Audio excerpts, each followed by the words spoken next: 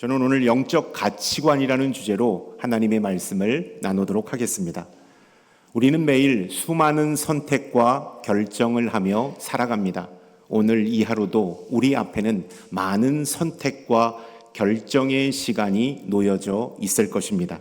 이러한 선택과 결정은 사소한 것에서부터 삶의 중요한 방향을 결정짓는 것까지 다양합니다. 그런데 이러한 선택과 결정은 단순히 행동으로 끝나는 것이 아니라 우리의 내면의 가치관을 반영합니다. 우리가 선택한 것, 우리가 결정한 것은 우리 마음속에 무엇을 추구하고 있는가, 무엇을 갈망하고 있는가에 따라 결정되기 때문입니다. 현대인들에게 아주 친근하게 다가가는 소설가이자 철학자인 알랭드 바통이라는 사람이 있습니다. 이 사람은 일상의 삶을 철학과 연계하여 우리의 삶 가운데 철학적 사고를 하게 하는 소설가이자 철학자입니다. 그는 이렇게 말했습니다. 우리가 무엇을 소중히 여기고 무엇을 추구하는 자가 곧 우리의 인생을 만들어 나가는 재료가 된다라고 말했습니다. 그 가치관이 어떤 것이냐에 따라 우리의 삶의 방향이 결정된다는 것입니다. 만약 우리의 가치관이 세상의 기준에 맞춰 있다면 우리는 세상이 요구하는 성공이나 만족을 쫓으며 살게 될 것입니다. 그러나 우리의 가치관이 하나님께 맞춰져 있다면 우리는 하나님이 기뻐하시는 삶으로 나아가게 될 것입니다. C.S. 루이스는 순전한 기독교라는 책을 통하여 이렇게 말했습니다. 우리가 영혼을 바라본다면 우리의 선택은 달라질 것입니다. 결국 가장 영원한 것이 우리에게 가장 중요한 것이 되어야 합니다 라고 말하고 있습니다. 영원한 가치를 추구하는 것이 그리스도인들에게 얼마나 중요한지를 가르쳐주는 말입니다. 우리의 삶은 결국 어떤 가치관을 따라 살아가느냐에 달려있다라는 사실을 우리는 기억해야 합니다. 성경 속에서도 이렇게 말씀하고 있습니다. 내 보물이 있는 그곳에는 내 마음도 있느니라 라고 말씀합니다. 우리의 마음의 중심이 어디에 있는지가 삶의 가장 결정적인 것을 차지한다라는 말씀이라는 것이죠. 주님은 오늘 본문 말씀을 통하여 하나님이 기뻐하시는 영적 가치관이 무엇인지를 우리에게 말씀하십니다.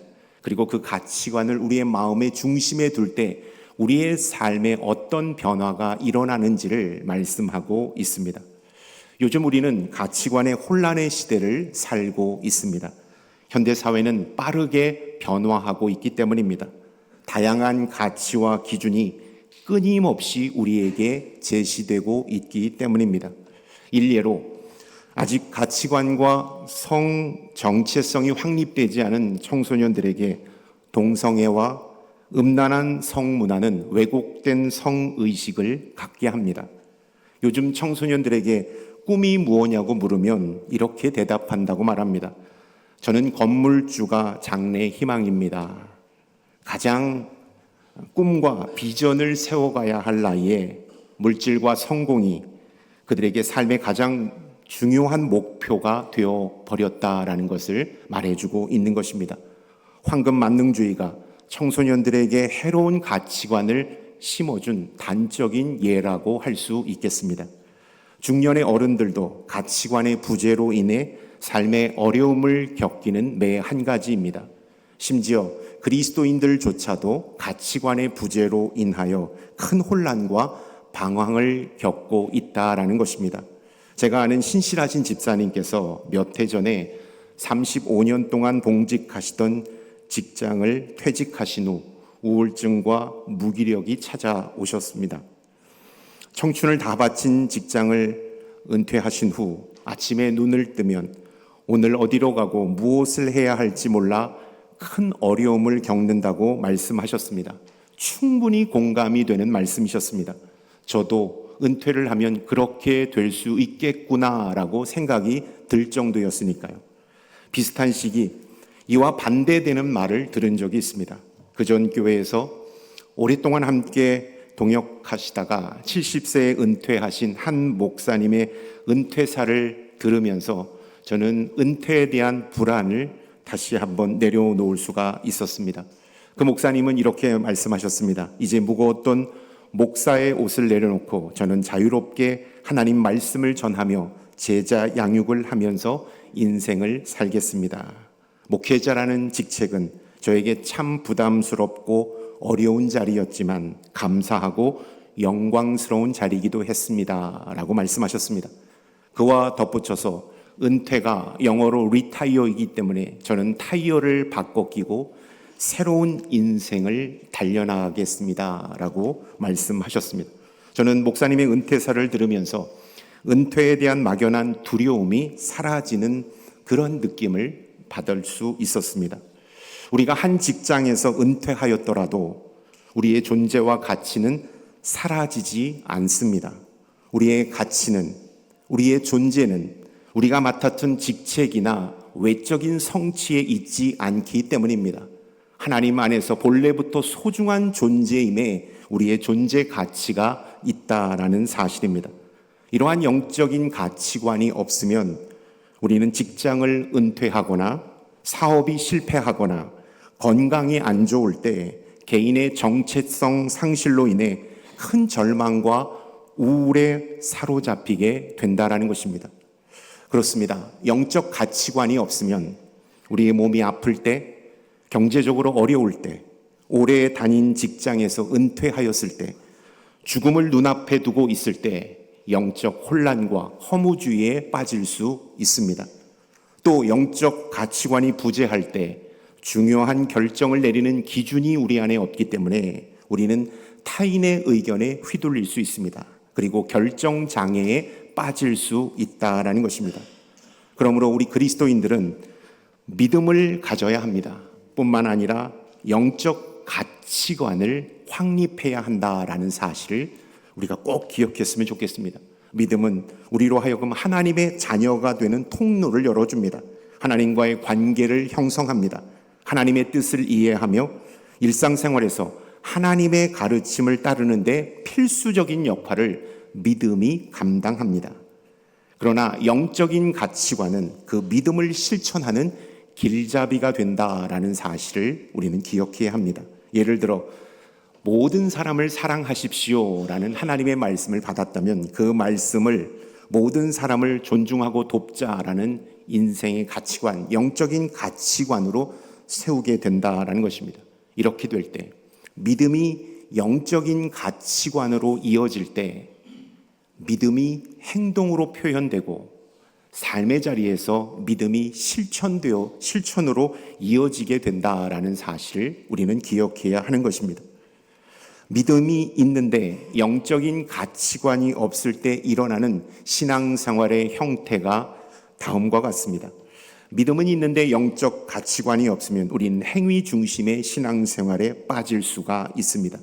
겉으로 보이는 행위, 예배 참석, 기도, 봉사 같은 것, 이것이 전부인 것처럼 행위 신앙에 집중합니다. 그래서 율법주의자로 빠질 수 있습니다. 내면에 깊은 영적인 심지가 없기 때문입니다. 또 믿음은 있는데 영적 가치관이 없으면 일관성 없이 표류하는 신앙생활을 하게 됩니다. 믿음은 있지만 그것을 지탱할 수 있는 분명한 기준이나 목표가 없기 때문에 우리의 믿음은 힘을 잃고 우리의 믿음은 방향을 잃어버리기 때문입니다. 마지막으로 믿음은 있는데 영적 가치관이 없으면 깊이 없는 얕은 신앙생활을 하게 됩니다. 신앙이 단순한 습관이나 의식으로 여겨지기 때문입니다. 그래서 믿음은 있지만 영적 가치관이 없으면 우리는 실질적인 변화와 성숙을 경험하지 않게 된다라는 것입니다. 그러므로 우리 그리스도인들은 믿음과 함께 영적인 가치관이 함께 가야 하는 하나님의 사람들이라는 사실입니다. 그리할 때 우리의 믿음은 더욱더 깊어지고 우리는 의미 있는 삶으로 나아갈 수 있다라는 것입니다. 믿음과 영적 가치관이 함께 할 때 우리는 더욱더 견고한 그리스도인이 될 수 있다라는 것이죠. 그러므로 우리는 믿음을 가지는 것뿐만 아니라 믿음을 담을 수 있는 영적 가치관을 세우는데 힘을 기울여야 합니다.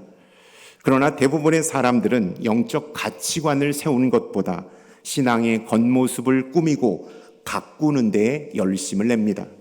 그래서 열심히 믿고 오래 믿었지만 믿음의 뿌리가 깊이 자리 잡지 못하는 경우를 보게 됩니다. 고난이 오고 환난이 오고 인생의 풍파가 오면 내가 가진 믿음이 온데간데 없어지는 그러한 연약함을 발견하게 된다라는 것입니다. 여러분은 속사람을 채우고 있는 사람입니까? 겉사람을 꾸미고 있는 사람입니까? 하나님은 우리가 영적인 가치관으로 무장하여 속사람이 변화된 그리스도인이 되기를 원하신다라는 것입니다. 그렇다면 영적 가치관을 가지기 위해 우리는 어떻게 해야 하는지 말씀 속으로 들어가서 함께 살펴보도록 하겠습니다. 33절의 말씀을 함께 읽겠습니다. 그런즉 너희는 먼저 그의 나라와 그의 의를 구하라. 그리하면 이 모든 것을 너희에게 더하시리라. 아멘. 이 말씀은 예수님께서 산상수훈을 통해 가르치신 내용 중에 일부분입니다. 주님은 제자들과 군중들에게 하나님 나라의 가치와 윤리에 대하여 가르쳐 주셨습니다. 당시 유대 사회는 로마의 압제를 당하고 있는 사회였습니다. 모든 것을 다 로마에 내주었고 로마의 통제와 감시를 받고 있었습니다. 그들에게는 자율권이 보장되어 있지 않았습니다. 그래서 그들은 물질적 필요와 생계에 대한 걱정이 큰 시대를 살아가고 있었습니다. 이러한 환경 속에서 유대 사람들은 하나님을 바라보기보다 먹고 사는 문제에 사로잡혀 있었습니다. 그래서 예수님께서는 이렇게 말씀하신 것이죠. 먹고 사는 것보다 더 중요한 것이 있다. 너희는 먼저 그의 나라와 의를 구해야 한다라고 말씀하고 있는 것입니다. 하나님을 먼저 바라보고 하나님의 뜻을 따라 살아가는 것이 너희들에게 먼저 있어야 할 것이다 라는 것을 말씀하고 있습니다. 그리할 때 너희에게 필요한 모든 것을 하나님께서 공급해 주신다라고 말씀하고 있는 것입니다. 이 말씀 가운데 먼저라는 이 부사에 한번 주목했으면 좋겠습니다. 이 먼저라는 단어는 우리의 삶에서 가장 중요한 것이 무엇인지를 정의하고 있는 것입니다. 예수님께서 우리 그리스도인들, 하나님의 자녀들이 가장 먼저 우선해야 하는 것이 무엇인지를 먼저라는 부사를 통하여 우리에게 가르쳐 주고 있는 것입니다. 먹고 사는 문제보다 훨씬 더 중요한 것은 먼저 그의 나라와 의를 구하는 것이다. 영적 가치관을 확립하는 것이라고 주님은 말씀하셨습니다. 그리할 때 바른 믿음을 소유할 수 있다라는 것을 가르쳐 주신 것이죠. 이 영적 가치관이 그리스도인들에게 중요한 삶의 원칙으로 서 있을 때 우리의 믿음은 흔들리지 않는다라는 것입니다. 시편 125편 1절의 말씀을 다 함께 읽겠습니다. 여호와를 의지하는 자는 시온산이 흔들리지 아니하고 영원히 있음 같도다. 아멘. 솔직히 우리는 하나님을 사랑한다고 고백하였지만 가장 먼저 하나님을 사랑하지는 않았습니다. 늘 사랑하는 대상 중 한 분으로 하나님이 자리 잡고 있었을 뿐입니다. 그런데 그래서 그런지 우리는 늘 결정적인 순간에 하나님을 선택하지 않았습니다. 내 자신을 선택했습니다. 그리고 세상을 더 사랑했음을 우리는 솔직히 인정하지 않을 수밖에 없습니다. 우리는 하나님 나라와 그 의를 구하는 삶보다 물질과 사회적 지위와 성공을 더 구하였습니다. 그 다음으로 여력이 조금 생기면 하나님 나라와 의를 구하는 그러한 믿음을 소유할 수 있었습니다. 그래서 우리는 신앙생활을 하고 있었지만 늘 세상에 미련을 두며 하나님을 예배할 때가 참 많았습니다. 늘 언제나 하나님의 일보다는 세상의 일이 우선순위에 두었기 때문입니다. 우리는 이렇게 생각했습니다. 세상의 일은 때가 있다. 그러나 하나님의 일은 언제든지 할 수 있다라는 이러한 생각을 가지고 우리는 늘 언제나 삶의 우선순위에 하나님의 일보다는 세상의 일에 앞장섰습니다. 이렇게 영적 가치관이 없었기에 우리는 신앙생활을 하면서 늘 불안했고 두려웠습니다. 평안이 없었습니다. 잘 살 때도, 내가 계획한 대로 인생이 잘 풀릴 때도 불안했고 두려웠습니다. 못 살고 내가 계획한 것이 무너졌을 때는 더 불안했고 더 불우한 삶을 우리가 살았던 것이 우리의 모습입니다. 이러한 영적인 가치관이 우리 가운데 없었기 때문입니다. 현재 여러분이 가장 먼저 구하는 것은 무엇입니까? 현재 우리가 가장 먼저 구하는 것이 무엇인지에 따라 우리의 가치관이 형성된다라는 사실입니다. 세상의 가치관은 지금 우리에게 당장 기쁨과 만족을 줄 수 있습니다. 그러나 미래를 향하여서는 불안하고 두려운 마음을 갖게 합니다. 세상의 가치관은 지금 당장 잠시 잠깐의 짜릿함을 우리에게 선사할 수는 있습니다. 그러나 그 기간이 무척 짧다라는 한계를 가지고 있습니다. 그러나 영적 가치관은 지금 봤을 때는 어리석어 보이고 감당하기 버거워 보일지라도 그 가치관으로 무장하고 그 가치관을 실천했을 때 우리는 영적인 충만함과 삶의 진정한 행복과 만족을 누리게 된다라는 것입니다. 뿐만 아니라 영적 가치관을 가질 때 우리는 미래를 향하여서도 소망을 안고 그 미래를 기다릴 수 있다라는 사실입니다. 그것을 어떻게 알 수 있을까요? 성경 속에서 영적 가치관을 가지고 바르게 인생을 산 두 인물이 우리에게 그것을 증명해 주고 있습니다. 다니엘은 바벨론으로 포로로 끌려갔던 인물입니다. 그럼에도 불구하고 그는 하나님 중심의 영적 가치관을 굳건히 지켰습니다. 왕이 주는 음식을 거절했습니다. 하루 3번씩 기도하며 하나님과의 관계를 유지했습니다. 다니엘서 6장을 보면 다니엘이 기도하러 가다가 사자굴에 던져질 위기에 처했을 때에도 결코 그 신앙을 굽히지 않았습니다. 그의 영적 가치관은 세상과 타협하지 않았고 오직 여호와 하나님께 절대적인 신뢰로 나아갔다라는 사실을 성경은 우리에게 가르쳐주고 있습니다. 신약시대의 또 다른 인물 바울 사도가 그러했습니다. 바울은 예수님을 만나기 전에는 교회를 핍박하는 자였고 교회를 심히 박해하는 자였습니다. 그러나 회심 이후에 그의 삶은 완전히 바뀌었습니다. 갈라디아서 2장 20절에 보면 내가 그리스도와 함께 십자가에 못 박혔나니 그런즉 이제는 내가 산 것이 아니요 오직 내 안에 그리스도께서 사신 것이다 라고 고백하며 자신의 삶을 온전히 주님께 드리고 있기 때문입니다. 영적 가치관이 바로 세워졌을 때 그는 자신을 희생하며 예수 그리스도를 높였습니다. 그리고 자신의 인생을 배설물로 여기며 오직 주님께만 영광을 돌리는 삶을 살았습니다. 다니엘도 사도 바울도 성경상에 나오는 많은 인물들은 영적 가치관을 가지고 세상에 주눅드는 자가 아니라 세상을 변화시키는 자가 되었다라는 사실입니다. 여러분, 우리가 영적 가치관으로 무장할 때 세상은 우리를 감당할 수 없다라는 것입니다. 영적인 충만함과 삶의 행복이 우리에게 가득하다라는 사실입니다.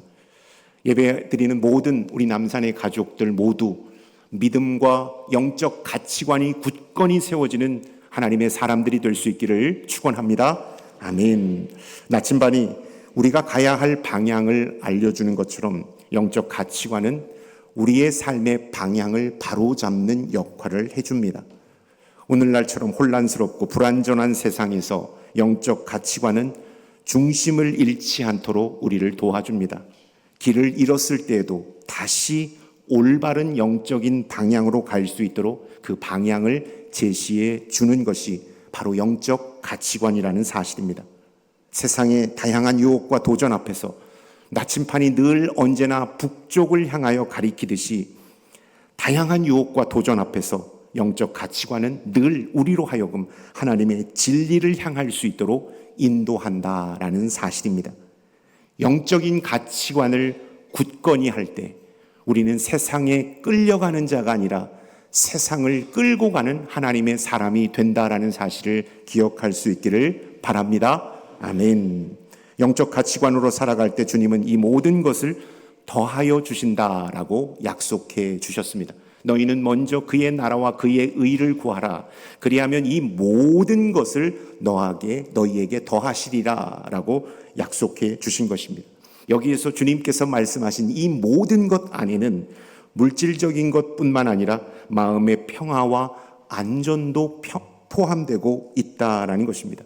우리가 예수 그리스도께 먼저 그의 나라와 의를 구할 때 주님께서는 우리의 삶의 필요와 모든 만족을 채워주신다라고 약속해 주셨습니다. 한 알의 밀알이 땅에 떨어져 썩으면 많은 열매를 맺는 것처럼 우리가 먼저 예수 그리스도 앞에 나와 그분께 영광을 올려드릴 때 그분께서 우리의 삶에 필요한 모든 것들을 채우시고 우리의 삶의 행복과 만족을 더하여 주신다라고 약속하셨다라는 것입니다. 그런데 이 말씀을 우리가 이렇게 읽다 보면 이러한 의문을 품고 이러한 불만을 갖고 있는 성도님이 계실지 모르겠습니다. 먼저 그의 나라와 의를 구하면 우리의 삶은 어떻게 되나요? 우리의 삶은 없는 것 아닙니까?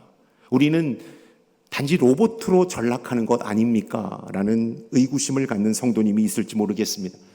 마틴 루터는 이렇게 말했습니다. 하나님의 주권은 우리를 참된 자유로 인도한다.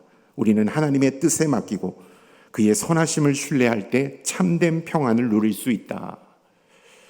하나님의 주권, 오직 나라와 그 의를 하나님께 먼저 둘 때 하나님께서는 우리를 자유로운 인생으로, 평안의 인생으로 이끌어 주신다라는 것을 말씀하고 있는 것입니다.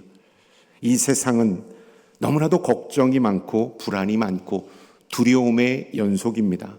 그도 그럴 것이 언제 어디서 무슨 일이 일어날지 모르는 세상을 우리가 살고 있기 때문입니다.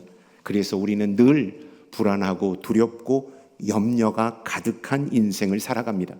그러나 주님의 말씀처럼 먼저 그의 나라와 의를 구할 때 우리에게 진정한 평안과 행복과 안전이 찾아오게 된다라는 사실을 여러분 기억하시고 어떠한 상황 속에서도 먼저 그의 나라와 의를 구하는 믿음의 사람이 될 수 있기를 바랍니다. 아멘. 얼마 전 한국 시리즈가 끝났습니다. 대구 경북을 연고로 한 팀이 챔피언이 되지 못한 아쉬움이 아마 우리 성도님들의 마음 가운데 클 것이라고 생각이 됩니다. 저는 야구를 보면서 야구는 그냥 막 던지고 잘 치는 스포츠가 아니라 철저한 데이터를 분석으로 한 과학적인 스포츠라는 사실을 발견하게 되었습니다. 목사님, 지금 발견하면 어떻게 해요? 그렇게 말씀하시는 분들이 아마 계실 거예요. 저는 알고 있었습니다. 그런데 다시 한번 이번 한국 시리즈를 보면서 다시 한번 실감하게 되었다라는 말입니다. 한국 시리즈처럼 큰 경기의 1차전의 선발 투수는 가장 승률이 높고 가장 컨디션이 좋고 상대 팀의 전적에서 가장 승률이 높은 선수를 제1선발로 등판시킵니다. 그래서 그 1선발이 기선을 잡고 초반 승기를 이어나갈 때 4회, 5회가 넘어갈 때쯤 필승조가 투입됩니다. 야구 잘 봤죠, 저? 필승조가 투입됩니다. 그 필승조가 돌아가면서 6회, 7회, 8회를 맞고 8회 한 투아웃 정도에 누가 등판할까요? 특급 마무리 소방수가 등판해서 완전히 승리의 방점을 찍는 그러한 모습을 발견하게 됩니다. 여러분, 우리가 가장 먼저 힘들지만 그의 나라와 의를 구할 때 하나님께서는 필승조를 투입하시고 특급 마무리를 투입해서 우리의 삶을 승리로 이끌고 평안으로 이끌고 온전한 자유함으로 이끈다라는 사실을 기억할 수 있기를 바랍니다. 아멘. 부끄럽고 안타까운 것은 먼저 그의 나라와 의를 구하지 않은 채 이 모든 것을 하나님께 먼저 더하여 달라고 기도하고 있다라는 것입니다. 하나님, 나의 바람과 필요를 채워주시면 제가 그때 그의 나라와 의를 구하는 자가 되겠습니다 라고 하나님 앞에 기도할 때가 참 많았다라는 것입니다. 이러한 삶의 모습은 이기적인 태도이며 진정한 신앙의 길에서 벗어나는 모습이라는 사실을 우리가 기억해야 합니다. C.S. 루이스는 이렇게 말했습니다. 신앙이란 이런 것이라고 말합니다. 신앙이란 하나님께서 나의 필요를 채우시는 것을 기대하는 것이 아니라 내가 하나님께 나의 모든 것을 드리는 것이다. 오직 그의 나라와 의를 하나님 앞에 드리고 하나님께서 주시는 놀라운 평안을 맛보는 것, 이것이 바로 진정한 신앙의 모습이라는 사실을 우리는 기억해야 합니다. 앞으로 어떠한 상황 속에서도, 부요와 풍요의 시간 속에서도, 가난과 궁핍의 시간 속에서도, 젊고 건강할 때에도, 노쇠하고 병약할 때에도, 어떠한 상황 가운데서도 그의 나라와 의를 구함으로 영적인 가치관이 흔들리지 않은 우리 모두가 될 수 있기를 축원드립니다. 그리할 때 우리에게 필요한 모든 것, 아니 우리가 바라는 것보다 더 크고 비밀한 것을 우리의 가정 가운데, 우리의 인생 가운데, 우리의 교회와 나라 가운데 부어질 줄로 믿습니다. 아멘.